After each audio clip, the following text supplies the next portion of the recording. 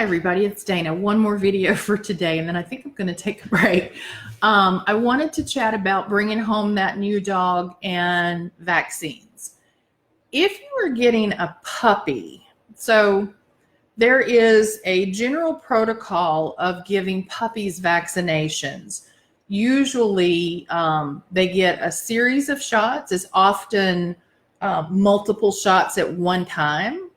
A few weeks later, they get a booster of those shots.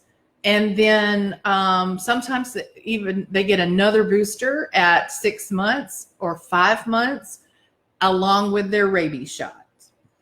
There are a number of expert veterinarians in the holistic space who are telling us we are giving too much at the same time, right? So one of the things I want you all to think about is when it's time for that rabies vaccination, and generally state laws require that we all have it, don't give it at the same time that the parvo, distemper, bordetella type shots or vaccinations are being given. Separate them out at least 2 to 3 weeks apart. Your veterinarian is going to want you to give them simultaneously because it's more convenient. They can do it, all at the same time and send you on your way. They're really concerned that you won't come back for the follow-up, right? So keep that in mind. But we've got to start helping our dogs' bodies process what's going in, what's required by law, and trying to keep them as healthy as we can. That's a lot of vaccine happening to a small, young body, okay? So things that you can do to support the fact that we have to have vaccinations are really to emphasize a boost of immunity in your pet, starting with the moment you have them, right? So for puppies, we can start looking at ways to boost their immunity nutritionally and with the essential oils that offer us immunity boosting support, right?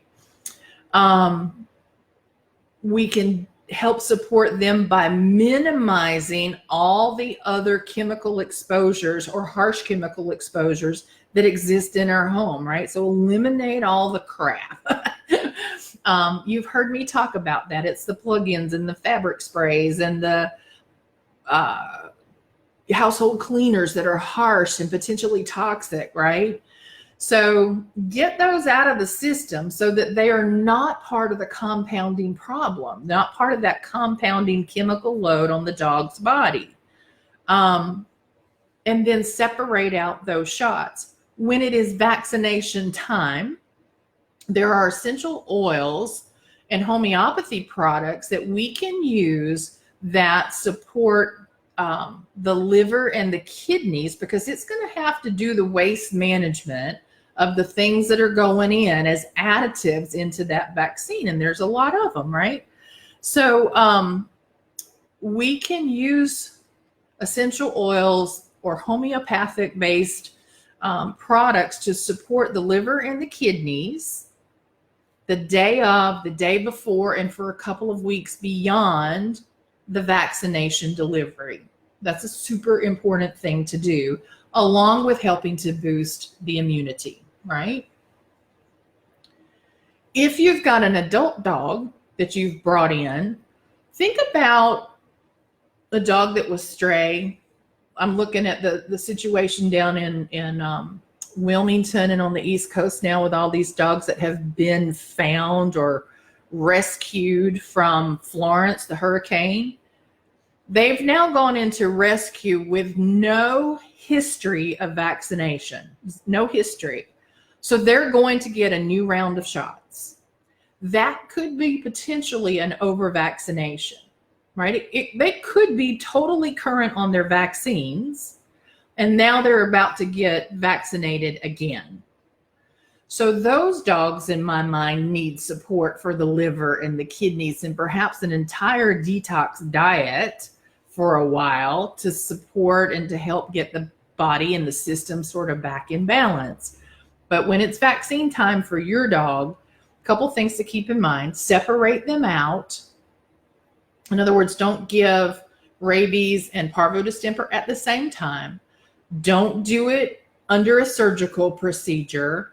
Don't do it when they are under dire straits, dire stress, right? So I get it. I understand why these dogs being pulled into shelters are having to get vaccines. Our laws require it, but they're under stress. And so now we're putting a tax on the body, right? We're stressing that body even further.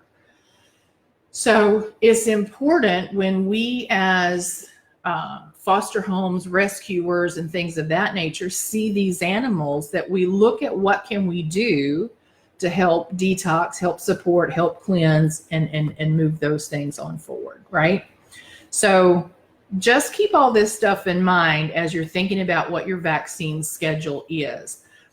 I'll remind you too at this point that we can look at titering our dogs, right? We can look at doing a titer test, which tests to see if our animals are producing the antibodies. That means they are protected from, or the vaccine is still working, but that they are protected from the risk of parvo, distemper, and rabies, for example. If they are producing antibodies, they technically do not need a booster shot. They don't need it, right? So we can deny a parvo and distemper booster. The law says we cannot deny a rabies shot, that we have to get them at least every 3 years. So your puppy is going to get one at 5 months. I am seeing some rescue groups deliver them at around 4 months. That's too early, right? It's too early. They're going to get one at 6 months. 1 year later, they will get another, right? And then they're on the 3-year schedule, usually. Now, rescue groups have sometimes a different schedule for that. We have to understand and respect that they have different constraints and limitations sometimes based on budget and whatnot. So I totally understand that. But chances are, once your dog has been vaccinated the very first time, he will never need another one. His body will produce antibodies for the rest of his life, but yet we're going to at least give him 2 more shots, right? Our veterinarians, they have to get a rabies shot to practice veterinary medicine, but they titer themselves every year and generally do not ever get another rabies vaccine, because the vaccine is it's doing its job forever, right? You also need to know that the rabies vaccine itself is only 88% effective, meaning even though we're all getting vaccinated, if you have not actually titered your dog, there's a 12% possibility that the vaccine didn't work. Right? Now, the chances of that happening if you're getting it every 3 years are really small, but in those first periods or early periods, there's a possibility that the vaccine failed altogether, right? So there are a lot of people working to try and educate on the rabies vaccine, try to get some of those laws changed so that the titer could be honored. My state, North Carolina, does not honor the titer, at least not that I'm aware of at this time. And so Poppy, for example, I worry, a lot of people have said, I'm never going to give my dog a rabies shot. I'm never going to give them the vaccine. I personally, at this time, cannot subscribe to that. And it's not because I fear her not being vaccinated. It's because I fear that if there were an incident, and I pulled out my titer report and the state said, sorry, that doesn't count, they would seize my dog even though she's fully protected, right? Even though she's fully vaccinated. So her breed, being a pit bull, I don't trust people, right? I don't trust people. And so the fact that I take her to a ton of places, she's off leash at the beach. We go on hikes at the dog park. You know, there's a free roaming dog parks that we go to. I don't trust that somebody someday won't accuse my pit bull, who would never hurt anybody, of doing something, right? So that worries me, and I can't put her at risk of saying I didn't protect her that way. So she has to get her vaccines. The weenie dogs are little senior citizens. They're like 14 and 15 years old. They're not going to get any more ever. So that is what it is. If your dog is bitten by another dog, right, that cannot prove proof of rabies, your dog will have to get a booster shot and be quarantined for a period of time. So just be aware of that as well. This is why people are fighting so hard to try and get some of these laws changed.